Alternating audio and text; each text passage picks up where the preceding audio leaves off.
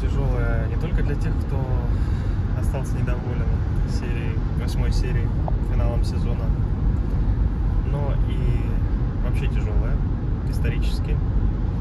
Но в такое место, в которое, мне кажется, в таких местах или в одном из таких мест должен побывать каждый хотя бы один раз в своей жизни, чтобы знать историю и чтобы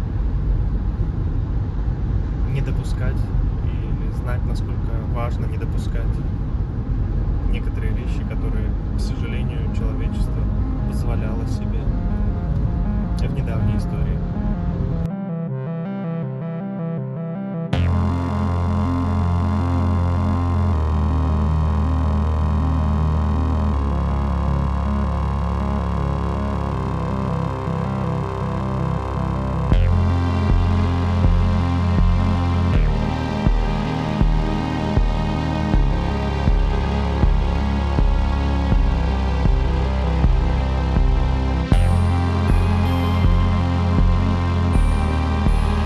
Вот и вышел весь первый сезон сериала «Колесо времени» по одноименному бестселлеру Роберта Джордана, по серии книг моей любимой. И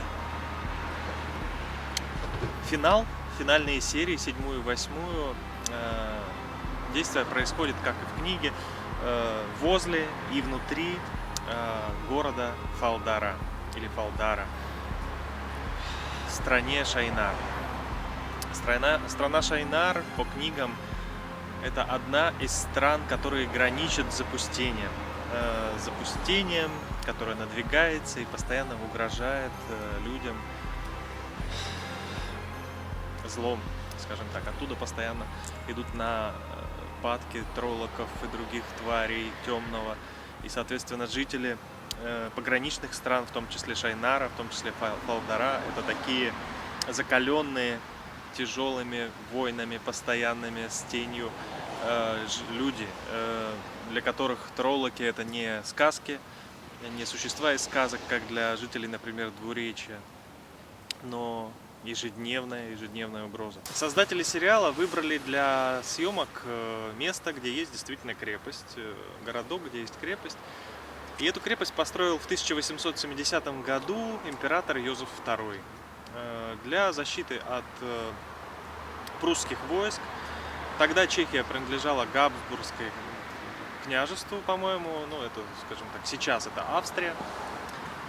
И тогда эта крепость стала одной из самых оснащенных, одной из самых таких неприступных и одним из самых серьезных сооружений того времени. Она имеет форму звезды, как сейчас многие крепости имеют на планете, да, то есть и эта форма не случайна. Эти острые углы стен, они позволяют при определенном расположении стрелков, неважно каких стрелков, с каким оружием, избежать мертвых зон. То есть не создаются мертвые зоны, и нападающим негде прятаться. Те люди, которые нападают на эти стены, у них нету зон, где они могли бы спрятаться от перекрестного огня, и, соответственно, эффективность их меньше, а эффективность обороняющихся гораздо больше. Этим вызваны вот эти вот острые углы в этих звездах, да, вот если посмотреть сверху на такой тип крепостей, именно поэтому они в виде звезд. И в России тоже есть порядка 5 или 6 таких крепостей, и в Чехии, и очень много в Европе, и вообще по всему миру. Но эту крепость конкретно, она находится в часе езды от Праги по дороге в Дрезден. И Йозеф II ее назвал в честь своей матери Марии Терезии. И городок, который образовался вокруг этой крепости, называется Терезин.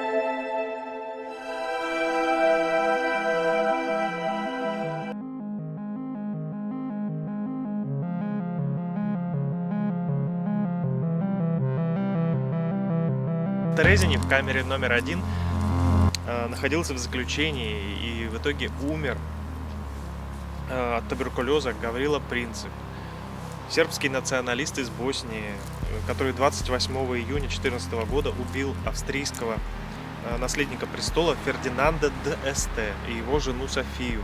То самое знаменитое Сараевское убийство, которое послужило поводом к началам Первой мировой войны. А через 25 лет история этого места, кажется, навсегда окрасилась в черные тона. Бывший военный городок во время оккупации Чехословакии в 1941 году нацисты выбрали для создания концлагеря.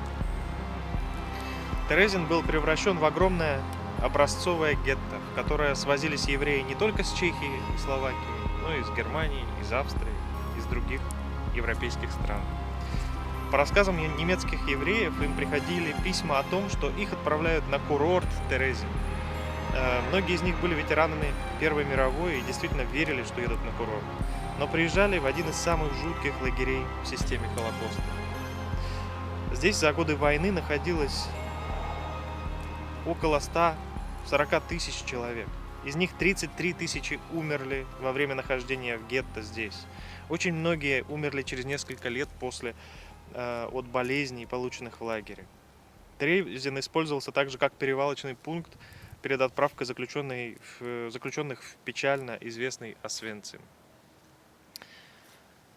В крепости Терезин и в городке, который находится здесь вокруг этой крепости и внутри, погибло очень много людей. 9 мая, в самом конце войны, уже когда официально она была закончена, этот городок освободила советская армия. И в этом же году, в 1945-м, здесь из-за этих условий возникла эпидемия тифа. И в первые дни после освобождения, или первые месяцы, к сожалению, уже освобожденные свободные люди погибли от тифа, умерли. Естественно, тогда весь мир, вся Европа была в хаосе, и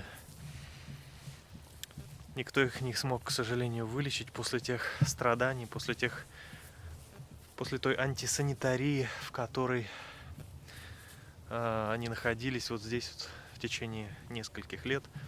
А еще Терезин — это памятник, на мой взгляд, еще более страшного явления, или не менее страшного явления, чем нацизм. Это памятник того, насколько может работать пропаганда. И здесь в 1944-м, по-моему, году была инспекция Красного Креста, и фашисты создали видимость, создали большой-большой театр того, что на самом деле якобы заключенные здесь живут очень хорошо. Играют в футбол, ставят различные театральные представления, и все с ними хорошо. Роли были распределены отделом пропаганды, по-моему, Геббельс возглавлял его. У каждого заключенного им были обещаны какие-то преференции, выдана одежда, ранее конфискованная у них. И сняли очень красочный пропагандистский фильм, где заключенные играют в футбол, аплодируют, занимаются какими-то делами на производстве и так далее, улыбаются. И эта пропаганда сработала. Красный Крест свою инспекцию провел успешно. Весь мир, или почти весь мир поверил этой пропаганде, а через несколько недель все люди, попавшие в кадр, были убиты. Поэтому, мне кажется, очень важно об этом знать. Обязательно посмотрите, наберите Терезин в поисковой строке. В YouTube очень много фильмов про эту историю, про то, как пропаганда может обмануть, насколько это страшно, насколько важно осознавать, что ты смотришь, какую информацию ты принимаешь, какой информации ты веришь. Это актуально до сих пор и актуально, мне кажется, очень-очень во многих странах нашего мира и в 21 веке тоже.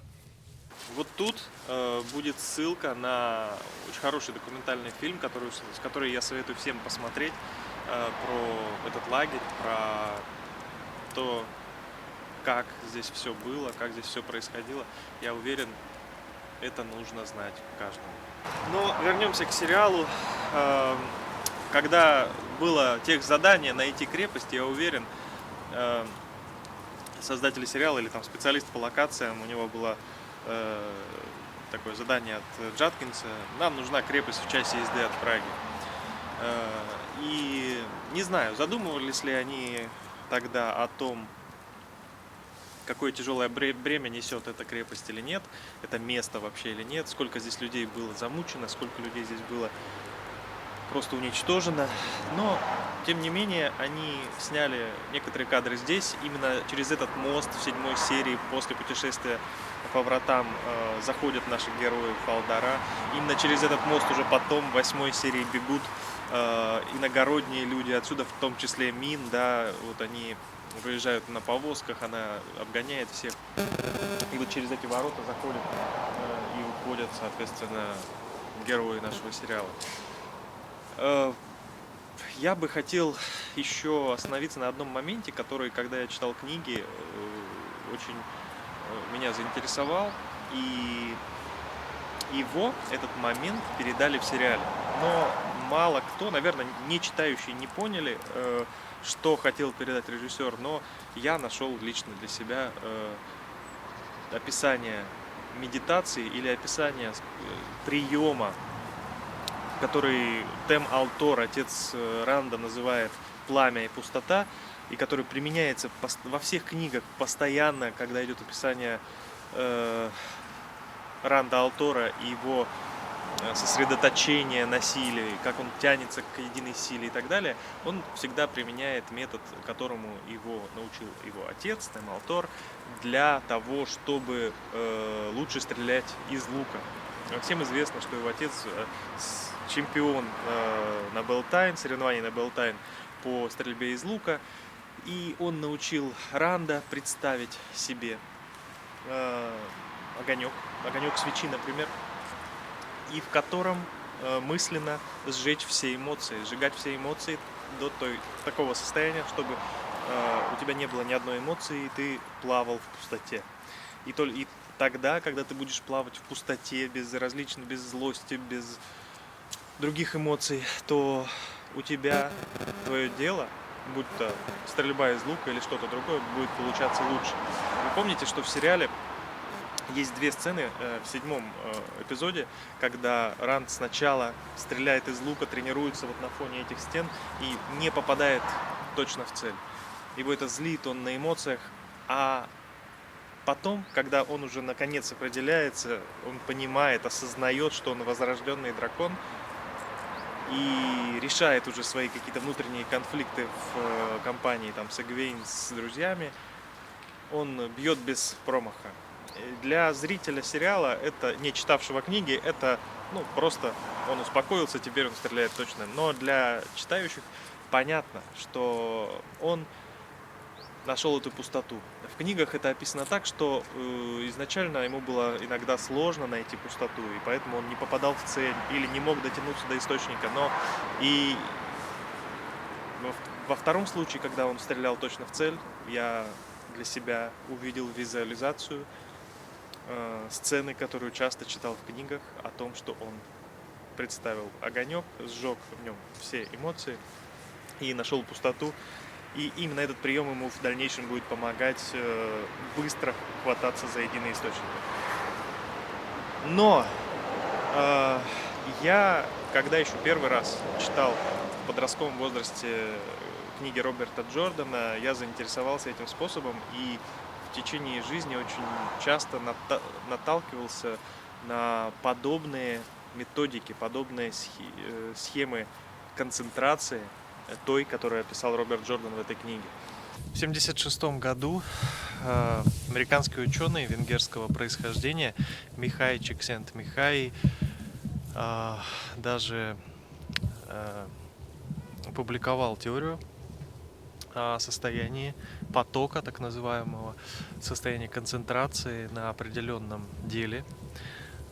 И выработал даже способы погружения в это состояние. Состояние flow, по-английски так называемое. И несколько лет назад я был на тренинге, принимал участие в тренинге бывшего директора Microsoft Европа Яна Малфейта, он чех. В настоящий момент он является автором книги «Открытие детского потенциала» и вообще активно занимается психологическими моментами для раскрытия человеческих талантов и концентрации, лидерских качеств, других каких-то человеческих способностей, да, и он много говорит об этом состоянии flow, да, в которое, когда ты умеешь в него погружаться, твое дело, которым ты занимаешься, становится эффективнее. То есть ты занимаешься этим без влияния внешних факторов и без влияния каких-то эмоций, и у тебя получается лучше. Что угодно, будь то музыкант, спортсмен, кто угодно, какое бы ты дело ни делал, в состоянии flow у тебя получается лучше. И Ян Малфейт, является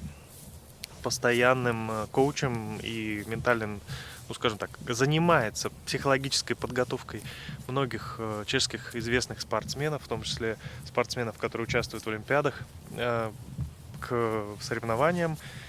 И приводил примеры на своих лекциях о том, насколько, ну скажем так, при умелом погружении в состояние flow, скажу словами Роберта Джордана, в пустоту, насколько навык, например, у пловца или у теннисиста вырабатывается до автоматизма, и он занимается этим идеально.